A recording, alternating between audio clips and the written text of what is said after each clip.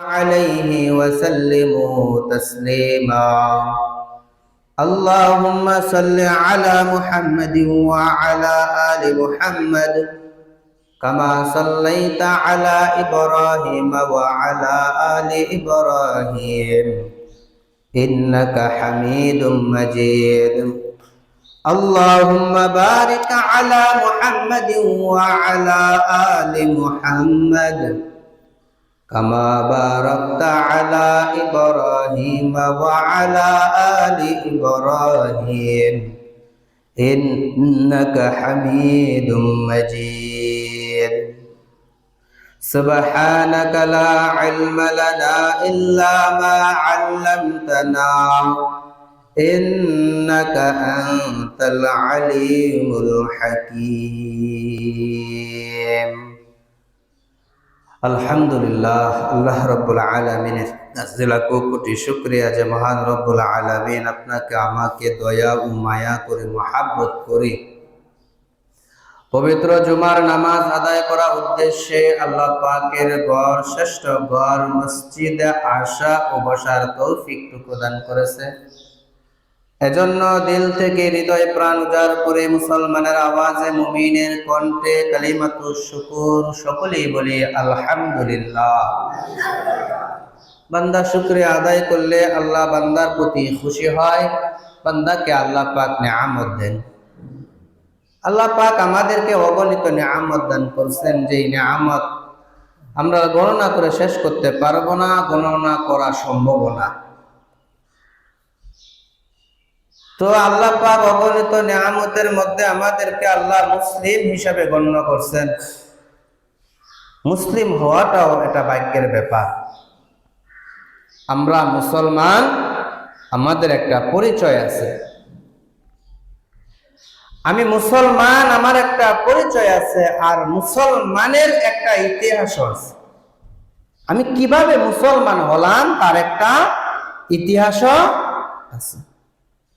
সেই মুসলমানিত্বের ইতিহাসের আলোচনা প্রত্যেকটা জুমায় এই রমজানের পরে ঈদুল আজহার আগ পর্যন্ত প্রত্যেকটা ইমাম সাহেব আলোচনা করে।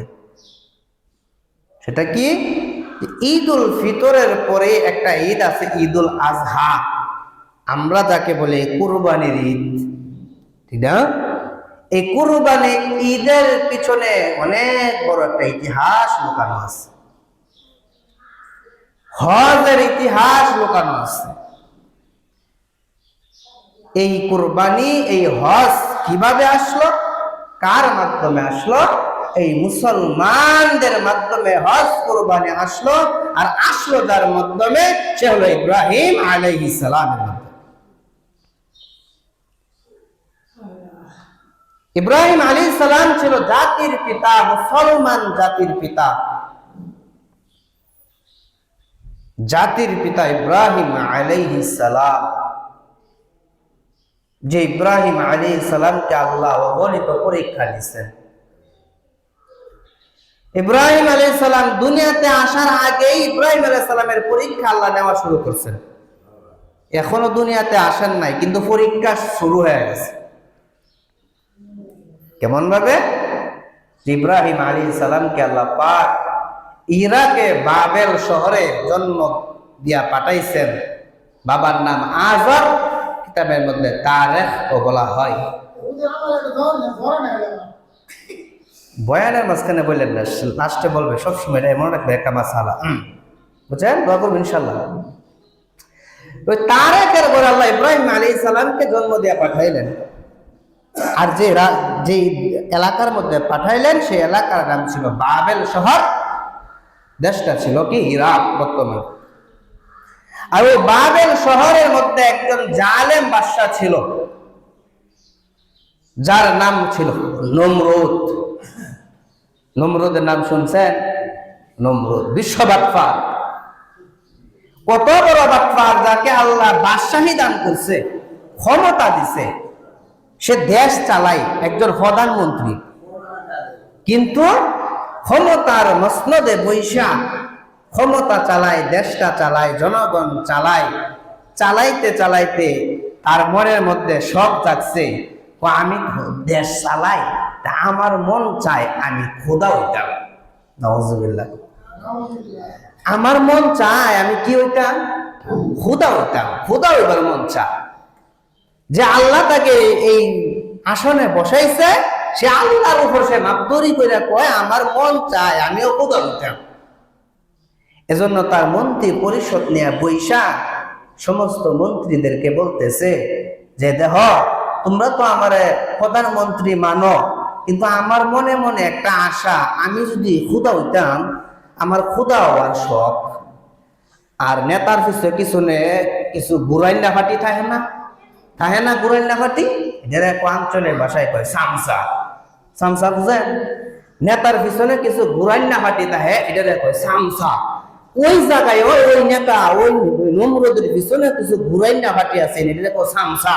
এটা কয় হ্যাঁ, আপনি তো খোদা হওয়ার যোগ্যতা একমাত্র আপনার মধ্যে আছে, আপনি খোদা হইলে তো আরো বেশি বালা, আঙ্গুর ভেজাল লাগে না।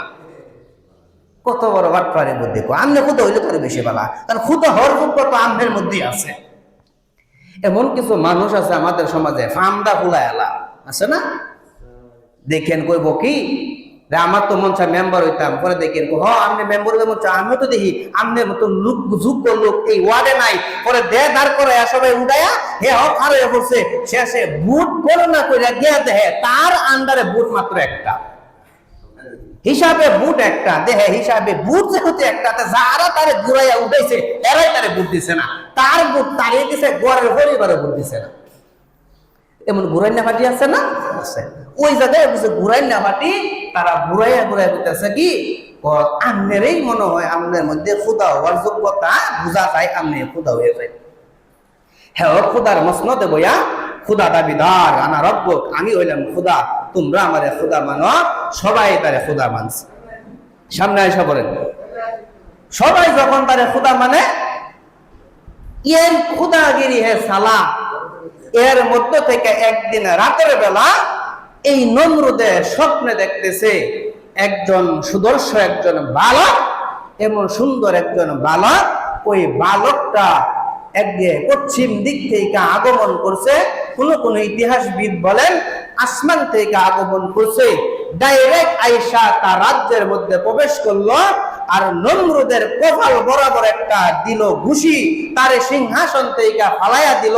তার মাথায় ছিল সোনার একটা মুকুট, ওই মুকুটটা ভেঙে গেল, তার সিংহাসনটারে ভেঙে ছিন্ন বিচ্ছিন্ন করে ফেললো একজন বালক।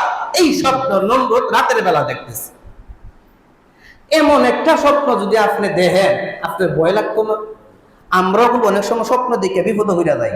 এমন কিছু লোক এমন স্বপ্ন দেখে রাইতের সকালে, রাইতের বেলা স্বপ্নে কি উমুকের লগে মইরা গেছে এক বেটা, এই বেটার লগে তার সাক্ষাৎ হয়েছে।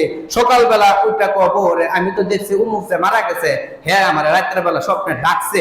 এই স্বপ্ন দেখিয়া বেডির ঘুম নাই, বেটারও ঘুম নাই, 14 গোষ্ঠীর ঘুম নাই, মরার কান্না শুরু করে দিচ্ছে। তার স্বপ্ন দেখলো, কিন্তু স্বপ্নের একটা ভয় থাকে না?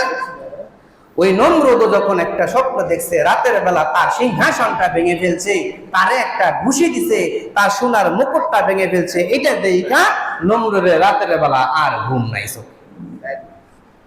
সকাল হওয়া মাত্রই তার সেনাপতিরে ডাক দিয়া কয়, তাড়াতাড়ি পাগলা ঘন্টা বাজায় দে, আমার মাথা কিন্তু ঠিক নাই। তাড়াতাড়ি পাগলা ঘন্টা বাজা, মাথা ঠিক নাই।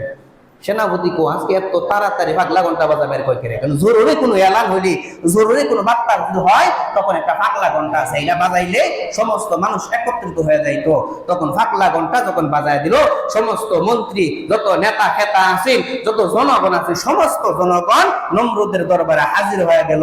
নমরুদের সামনে হাজির হওয়ার পর নমরুদ সিংহাসনে বসা, কিন্তু মনটা বড়, বারবার মনটা বড় খারাপ।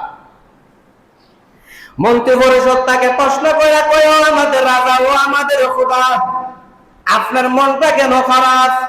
আপনার মনটা যদি খারাপ থাকে আমাদের কিন্তু ভালো লাগবে না। আপনার মনটা কেন খারাপ? আপনার কি হয়েছে? কে আপনাকে কি বলছে আমাদের বলেন? এমনি বাদশা ওই নমরুদ দিয়া কয়, আমার মনটা কেন খারাপ তোমরা জিজ্ঞাইছো, আমি তোমাদেরকে বইলা দেই। গত রাত্রে আমি একটা স্বপ্নে দেখলাম, একজন বালক আসমান থেকে নাইমা আমার কক্ষের মধ্যে ঢুইকা আমার কপালের মধ্যে একটা ঘুষি মারলো, কপালটা ফাটাইয়া ফলাইছে।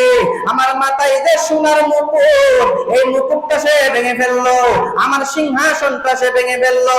এই স্বপ্ন দেখে আমার চোখে ঘুম নাই। কে সেই বালক আর কেনই বা আমি রাতের বেলায় এই স্বপ্ন দেখলাম? আমি এই স্বপ্ন কেন দেখলাম রাতের বেলা? আজকে কে দেখলাম এটা? আমার চিন্তাই বালকটা কি? ও তাইলে এত সহজ কথা। আঙ্গর দেশের যত মোল্লা মুন্সি আছে সব ডাইকা আনা হোক, যত জাদুঘর আছে ডাইকা আনা হোক, জ্যোতিষী ডাইকা আনা হোক, তারা গণনা কইরা দেখুক, স্বপ্নের ব্যাখ্যা করুক। সমস্ত জ্যোতিষী সমস্ত জাদুঘর নিয়ে আসা হয়।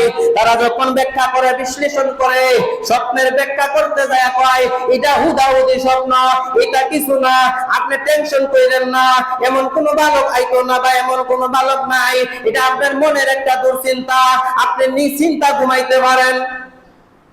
যখন তারা ব্যাখ্যা দেয়া দেয় আপনি নিশ্চিন্তা ঘুমান, এটা কোনো সমস্যা না, কারণ হের লোক হের এইটা বুঝা।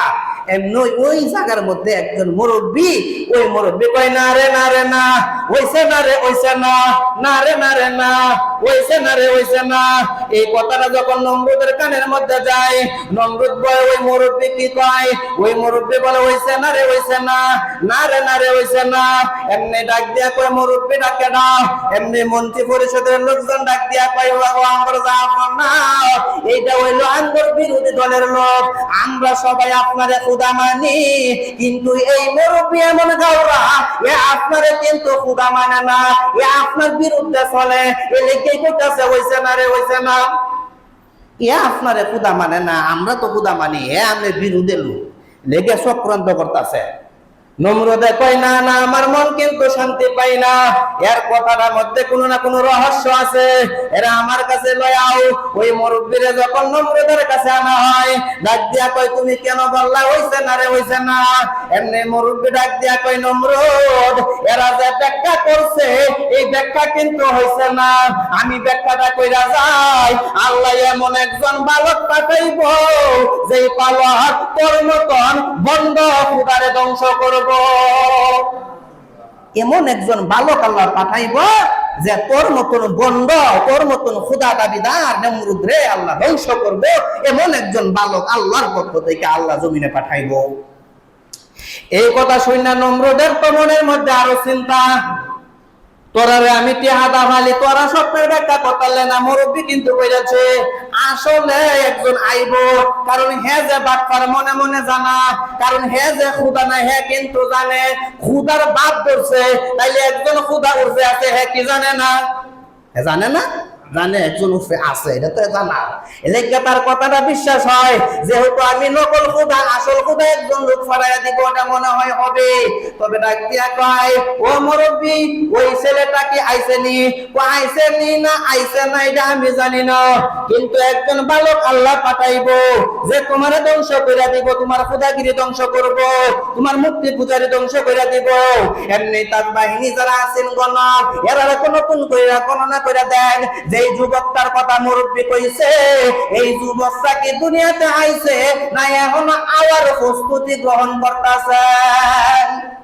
আগে গণনা করে দেখ এটা কই আছে। এরা আবার যখন গণনা শুরু করছে, গণনা করে কই ও আল্লাহ, ও খুদা, এই বাচ্চা তো এখনো দুনিয়াতে আসে নাই, এটা এখন আগমন হইছে না, এখন উঠে আছে।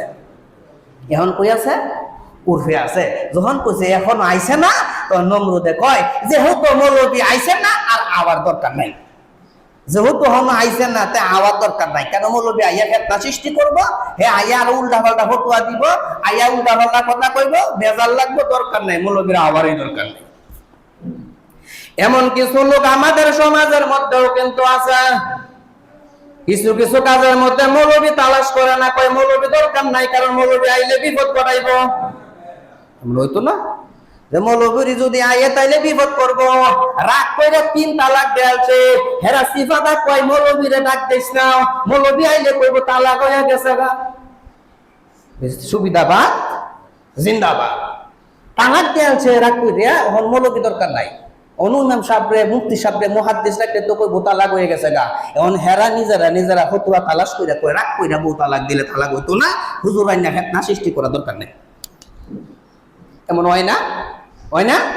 তাহলে হের কথা নমরুদের কথা কিন্তু মিলাবা কাছাকাছি, বাঁচার চিন্তা ভাবনা।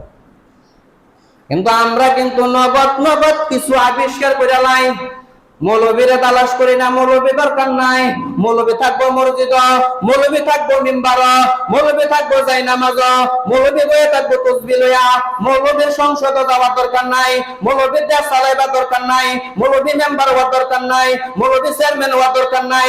এরা যদি দেশের প্রধানমন্ত্রী হয়, এরা যদি দেশের এমপি হয়, এরা যদি চেয়ারম্যান হয়, তাহলে যারা গোপনে খায় এদের খাওয়া দাওয়া বন্ধ হয়ে যাইব। এরা খাওয়া বন্ধ হয়ে যাবো গা। এলাকে হুজুর হেন দরকার নাই, এলাকে হেরা বুড়া হেরা হে। কেন হুজুর জান্না হইনা গরিবেরটা খাইতো না, হারাম খাইতো না, খাইব? হ্যাঁ, আপনি 5 লাখ টাকা দিনছে আমার দিয়ে আপনি আমারে নি হারাম খাওয়াইতারে। আর সুবিধাবাদ জিন্দাবাদ। হ্যাঁ, নয় জায়গার মধ্যে ফতুয়া দিব, বিপদ হইরা খাওন যা, বিপদ হইরাও খাওয়া যা, ফতুয়া হে দেলছে। কিন্তু তাকওয়ালা কোন আল্লাহওয়ালা যারা হয়, উমরের মতন যে প্রধানমন্ত্রী হয়, আবু বকরের মতন যদি প্রধানমন্ত্রী হয়, আলীর মতন প্রধানমন্ত্রী হয়, উসমানের মতন প্রধানমন্ত্রী হয়, তাহলে হেরা জায়গা ফতুয়া দেয় কইতো না বিপদ হইরা খাওয়া যা, এটা কইতো না। এর লেগে হেরা নমরুদের মতন কয় মোল্লা মুন্সি দরকার নাই, হেরা মসজিদে থাক, হেকর বাইরে দরকার নাই। কারণ মোল্লা মুন্সি গেলে আঙ্গর দুর্নীতিটা বন্ধ হয়ে যাবে, আমাদের যে আকাম কুকাম আছে বন্ধ হয়ে যাবে, আমাদের যে 2 নম্বরী কাম আছে বন্ধ হয়ে যাবে। এই জন্য মোল্লা মুন্সি নেয় না। আর তারা ওই মোল্লা মুন্সি না নিয়া দেশের মধ্যে এমন ভাবে দেশ চালাইতেছে, তাকওয়ালা কোন আলেম না নেওয়ার কারণে দেশের টাকাগুলো, দেশের মালগুলো বিদেশের মধ্যে পাচার হয়, একমাত্র আলেম সমাজ না থাকার কারণে। এজন্য যে সমাজের মধ্যে আলেমের নেতৃত্ব নাই, এই সমাজ সুন্দরভাবে চলে না। একজন সমাজটাকে সুন্দরভাবে চালাইবার জন্য আলেমের নেতৃত্ব দরকার। আলেম কোরআন হাদিস বিবেচনায় কথা বলবে, আলেম তার মন গড়া ভাবে কথা বলবে না। আর আমরা মন গড়া ভাবে ফতোয়া দেয়ালাই, মানুষ মইরা গেলে মন গড়া ফতোয়া শুরু হয়ে যায়। মইরা গেছে হেনতে মুফতি সাহেবের অভাবই নাই। একজনে কয় এমনে কর, আর একজনে কয় হেমনে কর। এটা আছে কোরআন, এটা আছে হাদিস। হের বাপেও কোনোদিন কোরআন খুললে দেখছে না, হের দাদাও দেখছে না। মনেতে কয় কোরআনও আছে, আমি আজও পর্যন্ত হয় না। ইমাম বেজি গাও, মানুষ মইরা গেলে দেখবেন ফতোয়া বার হয়ে পড়ে অনেক মুফতি সাহেব, রানিং মুফতি। মরার সঙ্গে সঙ্গে দেখবেন বেটা মইরা গেছে, সামনে কোরআন শরীফটা লইয়া বইয়া পড়ছে। বেটা মইরা গেছে, ওখানে কোরআন শরীফ, বেটা লাশের সামনে কোরআন শরীফ খুলে বসে। তাড়াতাড়ি কেডা কই আসো কোরআন শরীফ লইয়া উঠে, তুমি তো মইরা গেছে কোরআন শরীফ পড়ো। তো তুই হের দ্বারে পড়স করে, এটা কোন হাদিসও আছে? এই আমগর হালত। এজন্য কোন ব্যক্তি যখন মারা যায়, সাথে সাথে ওই ব্যক্তির সামনে কোরআন শরীফ পড়ার কোনো অনুমতি নাই। আপনি যদি সহি শুদ্ধভাবে পড়তে পারেন, আড়ালে যায় পড়েন, অন্য রুমের মধ্যে পড়বেন। কোন লাশের সামনে কোরআন শরীফ পড়ার বিধান নাই। বুঝছেন কথাটা? হ্যাঁ, এমন আর হইব? হ্যাঁ, একজন মাইয়িত যখন মারা যায়, তার সামনে কিও নাই কোরআন শরীফ পড়তে নাই, আউলে পড়া লাগবে। কিন্তু তাহাদা যদি পড়ান তাইলে আবার হইতো না। হুন্দা কইছে মাদ্রাসাতে 5টা ছাত্র আনমাসা তাতে হাতেন তাড়াতাড়ি কোরআন শরীফ পড়তে কো। আমি মিম্বারও তাই কে কইয়া যায় আধা পয়সার সওয়াব হইতো না। নিজে পড়েন, নিজের সন্তানের জন্য নিজে পড়েন, নিজের বাবার জন্য নিজে পড়েন, নিজের বিবির জন্য নিজে পড়েন, নিজের স্বামীর জন্য নিজে পড়েন। এটা কাম হইব? টাকা দিয়া কোরআন পড়াইয়া কোনো লাভ নাই, টাকা দিয়া কোরআন পড়াইলে কোনো ফায়দা হবে না। নিজে যা পারো তাই পড়ো, সূরা ফাতিহা পড়লে এটাই পড়ো, এটাই তোমার লাভ। পুরা কোরআন পড়তে ফাতিহা পড়ো, এটাই পড়ো, এটাই লাভ। তাহলে মাইয়িত যখন মারা যায় তৎকালে কোরআন শরীফ পড়লেও আলাদা, ওই মাইয়িতের সামনে কোরআন শরীফ পড়ার কোনো বিধান নাই, পড়া যাবে না। না পড়া যাইব? পড়া যাইব? হ্যাঁ। এরপরে আগরবাতি জ্বালায় দেয়, আগরবাতি। এটা আমাদের সমাজে একটা আমল মনে করছে, আগরবাতি জ্বালাও আর না জ্বালাতে কোনো অসুবিধা নাই। এতে কি নাই? কোনো অসুবিধা। আগরবাতি জ্বালাইলেও সওয়াব হইব, না জ্বালাইলে সওয়াব হইবে, এটা ধারণা করা বল। এটা জ্বালাই দূর একটা গন্ধর জন্য। আপনার নেট থাকতে হইব আমি আগরবাতি জ্বালাইছি কিসের জন্য? এটা গন্ধ সুগন্ধির জন্য। এটা আমল না। এটা কি না? কোনো আমল না। এর কোনো কি নাই? আমল না। তারপর ওই ব্যক্তি, অনেক মানুষ আছে বেটার মুখ অনেক বড়, গোপন অঙ্গে ফসম আছে, ভূগোলের তলে ফসম আছে, অনেক রানী মুফতি সাহেব কয় এই ফসম আছে তাড়াতাড়ি কাটটা কয় বড় দফা পবিত্র বানার লাগবো। ফসম কাটিয়া মুখ কাটিয়া তাড়াতাড়ি কয় বড় দাও, হ্যাঁ দাদা ফতুয়া দেয়। এই কথাটা মনে রাখবেন, কোন ব্যক্তি যদি মারা যায় তার গোপন অঙ্গের রুম যদি এত আদাত লম্বা হয়, এত কাটার কোনো বিধান নাই, এখন কাটটা কি হইব? জিতা থাকতে কাটছে না, এখন কাটটা লাভ কি? এই ভুলটা অনেকেই করে না। মৃত ব্যক্তির শরীর থেকে কিছু কাটা যাবে না, যেমনে আছে এমনি ওই, বুঝছেন? এই ভুলগুলো আমাদের সমাজের মধ্যে হয়। তারপর ওই মৃত ব্যক্তিটারে যখন গোসল দেওয়া হয়ে যায়, গোসল দিয়া তার সুন্দর করে সাজাইয়া ওই কাপড়টা যে আগরবাতির মধ্যে ধোয়া হয়, ধোয়ার মধ্যে কাপড়টা এবার সেক দেওয়া, এটা হাদিসের মধ্যে আছে, সেক দেওয়া নেবে, সুগন্ধি লাগাই নেবে। এটা করতো না। এই আগরবাতি 1.5 মাইল দুলা যারা এত হয়ে দেয়, ওইটা দিয়া তারপরে তাকে করবে, দাফন করবে, তারে সুন্দর করে এই কাপড়ের মধ্যে লম্বা মাসালা খালি অল্প যদি প্রচলিত আমরা করে এটা কইতেছি, তখন প্যাকেট কইরা তারপরে আর একটা গোল করে একটা আতর লইয়া ইরালে লা ইলাহা ইল্লাল্লাহ মুহাম্মাদুর রাসূলুল্লাহ লেখালছে, কয়াত বুঝলে? হ্যাঁ, কাফনের কাপড় লেখে না, কেন লেখা লাভ নাই। ভিতরে যদি মাল না থাকে, ভিতরে থাকতে হবে।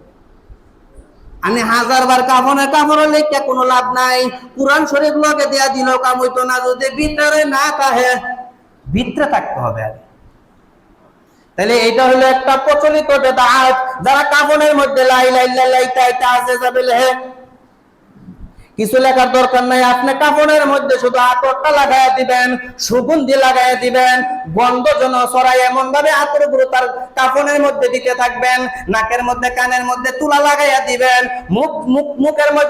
মুখের মধ্যে তুলা দেওয়া দরকার নাই, মুখটা সুন্দর কইরা বন্ধ করে দিবেন, এইভাবে তার সুন্দর কইরা সাজাইয়া দিবেন, খাটের মধ্যে শুয়াইয়া দিবেন, জানাজার নামাজটা সুন্দর কইরা পড়িয়া বান্দাটারে যখন কবরের দিকে লইয়া যাইবেন, কাঁধের মধ্যে লইয়া 10 কদম কইরা যাইবেন। আমাদের সমাজে অনেকে কইরা হাদিসেও নাই, কোরআনেও নাই। 10 কদম জানা এই ব্যাপারে একটা হাদিস আছে, কিন্তু হাদিস দুর্বল হলো, হাদিসে আমল করলে সওয়াব আছে। হাদিসটা কেমন? আল্লাহ রাসূল বলেন, কোন ব্যক্তি যদি মাইয়িতের লাশ কাঁধে লইয়া 10 কদম কইরা 40 কদম আইটা যায়, আল্লাহ রাসূল বলে তার আমল নামা থেকে 40টা গুনাহ কাইটা দেয়। সুবহানাল্লাহ, ফেরে তাই না? লাশটা যদি কাঁধে কইরা কোন বান্দা 40 কদম হাইটা যায়, তার আমল নামা থেকে আল্লাহ 40টা গুনাহ কাইটা দেয়। এই আমলটা কিন্তু মুস্তাহাব আমল, করুন যাইব না, এমন কোন যাইতো না, করুন যাইতো না, এটা করা যাবে। ওটা 40 কদম। কিন্তু আমাদের সমাজে এই কান্দাতে হেই কান্দা না, হেই কান্দাতে হেই কান্দা, এটা যাকে আবিষ্কার করছে আমি জানি না, এটা না। চতুর্দিকটা ঘুরবা, চতুর্দিকটা ঘুরা যায়, এবার একটা হিটার যা আপনি তো 40 কদম এমনি হইব, হইতো না? এখন কই দাঁড়ায় যে তারা 6 জনে 5 জনে 7 জনে ধরছে, আমরা কিন্তু ধরছি না, তাহলে আমাদের কি হইব? এই কথাটাও জবাব নেওয়া যায়। উলামায়ে কেরাম বলে ওই লাশের লগে তোমরা যদি হাইটা যাও, তাইলে তোমার আমল নামা তাইকা আল্লাহ 40টা গুনাহ কাইটা দিব। আর যখন যাইবা তখন আমরা কি করি, অনেক জায়গায় দোয়া করি, কিন্তু সবচাইতে সুন্দর হয় ওই ব্যক্তির প্রশংসা করবেন, লোকটা বড় বালা, লোকটা বড় নামাজি, লোকটা বড় বালা গো, লোকটার কথাগুলো বালা, লোকটার চলাফেরা বালা, লোকটার হাঁটাগুলো বালা, তার ভালো দিকগুলো শুধু প্রশংসাই করবেন, প্রশংসা করবেন। একজন দুইজন মিল্লা ওনার প্রশংসা করতে থাকবেন। কেন করবেন জানেননি? ওই সময় ফেরেশতারা ঘোরাঘুরি করে, কোন বান্দা কোন কথা কয়। যখন তুমি কইছো লোকটা কিন্তু বালা, ফেরেশতারা কয় আমিন, আমিও কইলাম লোকটা কিন্তু বালা। সুবহানাল্লাহ উনারে। তাইলে ওই ব্যক্তির প্রশংসা করবেন, শুধু প্রশংসা করবেন। ওই লোকটারে লইয়া 40 কদম হাইটা যখন কবরে যাইবেন, কবরে যাইয়া যখন কবরে নামাইবেন, কবরে নামানোর পরে কিন্তু কবরের মধ্যে কিছু সুন্নত আছে। আমরা এই সুন্নত গুলো বুঝি না, আমরা ধাক্কাধাক্কি করি, হ্যাঁ কই এইটা, হ্যাঁ কই এইটা, উমুকে কই এইটা। না না না, আমি মিম্বার তাইকা সঠিক সমাধান দেয়া যায়। বিশ্বাস নাই অন্য একজন মুফতি সাহেবের সঙ্গে আলাপ কইরা দেখেন। কবর খনন করার 3টা তরিকা আছে। সুন্নত তরিকা হইলো কবর যখন খনন করবেন, কবরটা যখন খনন করবেন, ডান দিক দিয়ে ভিতরে খনন করে দিবেন। ডান দিক দিয়ে ভিতরে কি করা? খনন করা। লাশটা নামাইয়া ডান দিকে ধাক্কা দিয়া ভিতরে দিয়া দেওয়া। বুঝছেন? কবর খনন করছেন, ভিতর দিয়ে কি করছেন? হুলা, বুঝছেন? হুলা গাটা এই দিক দিয়ে রাখছেন, ওই ভিতরে লাশটা কি করে দিবেন? ঢুকাইয়া দিবেন। এটাই হলো সুন্নত। এটা কি সুন্নত? তারপরে বাঁশ দিবেন, তারপর মাটিটা দিবেন। এখন আঙ্গ সমাজে কয় না এটারে কাইট করা, বাঙ্গে কি তাজে করে, অনেক কিছু করে। তবে তার মুখটারে কেবলার দিকে ফিরাইয়া দেওয়া। অনেক মানুষ আছে কেবলা করতে গার ওই শুধু গোড়া, গার ওই শুধু গোড়া।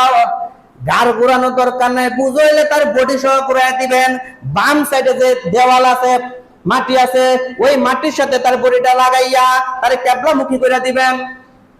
বুঝছেন? তাহলে গাড়ে ধরে মুছরাইবেন, গাড় মুছরাইবেন। হ্যাঁ, আগে যদি গাড় মুছরা না থাকে তাহলে কি করবেন? ওই সাইডে মাটির সাথে একটু হেলান দিয়া তাহলে কি করে দিবেন? একটু ঘুরাইয়া দিবেন। এটি এরপরে ডাক দিয়া কয় প্রথম কুবের মাটি কই? ওই বড় কূপ দিছে প্রথম, একটা কুবের মাটি আছে না, আমনে কোথায় এটা আসেনি? যে প্রথম কুবের মাটি রাখছে মৌলবীরা জিগাইন এটা কোন হাদিসের মধ্যে পাইছো? কোন মৌলবী তোমারে হিয়া দিছে? এটা কি প্রথম কুবের মাটি যে রাখলা, এটা কই পাইছো? প্রথম কুবের মাটি তার লগে দেওয়ান লাগবে, এটা হাদিসেও নাই, মাসালার কিতাবেও নাই, কোরআনেও নাই। এটা ব্যক্তিগত ভাবে বানাইয়া ফেলাইছে, এই জাতীয় কোনো আমল নাই। প্রথম কুবের মাটি তোমার দেওয়ান লাগবে, এটা তুমি আলাদা মাধ্যমই করো করে। হ্যাঁ, যদি দুনিয়ায় ভালো কাম কইরা যায় তোমার মাটি দেওয়ান লাগবো না, আল্লাহ তারে বালা বিছানার ব্যবস্থা করব। আর দুনিয়া যদি আকাম কুকাম কইরা নাফরমান গুনাহগার হয়ে যায়, তুমি শত মাটি দিলেও কাম হইতো না। তাহলে এই যে প্রথম কুবের মাটি দেয়, এটা প্রচলিত একটা বেদাত। এটা হাদিসেও নাই, কোরআনেও নাই, কোনো জায়গায় পাইছি না, আজ পর্যন্ত, এখন পর্যন্ত পাইছি না। যে পাইছে যে করে তারে জিগাইবেন দলিল লইয়া, কই পাইছ? কোন হুজুরে কইছে? কথা বুঝেন আমার? হ্যাঁ, এই যে প্রথম কুবের মাটি এটা পাইছো, কই আমি পাইছি না। ইজ্জতের কাম করে। তাহলে এটা হলো কোন কোরআন হাদিস সুন্নাহর ভিতরে নাই। এর পরে 4 কোণায় 4টা কুড়া কাটলে 4 কোণ, এটারে কয় 4 কোণ।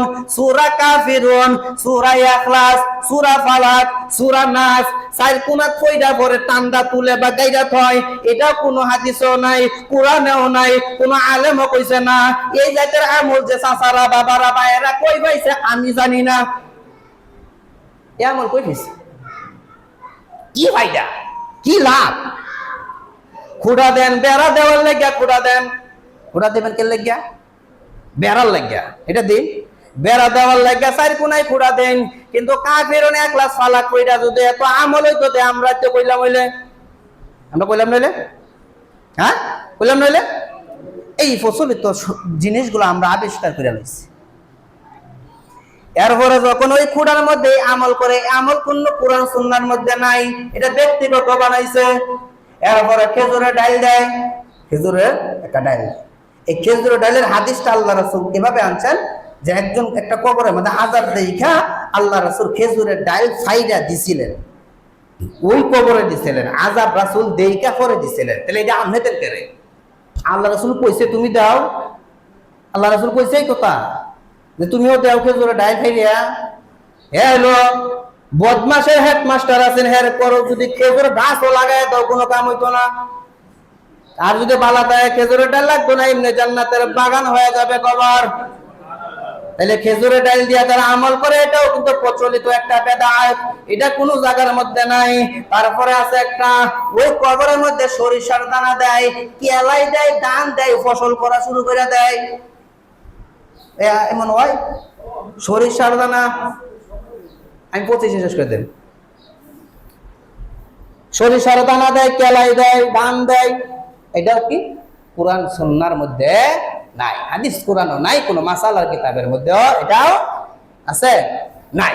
এই জাতীয় কারবার করবেন না। কেউ ওই যে কেলাই দেওয়া, ধান দেওয়া, এটা দেওয়া, এটা দেওয়া, এটা কোনো কিছু করা যাবে না। তারপরে আছে 3 দিন কবরের মধ্যে পানি দেয়, এটাও কোরআনও নাই, হাদিসও নাই, কোনো জায়গাত নাই। এটা করতে পারছে আল্লাহ, এটা মহিলারা আবিষ্কার করেছে।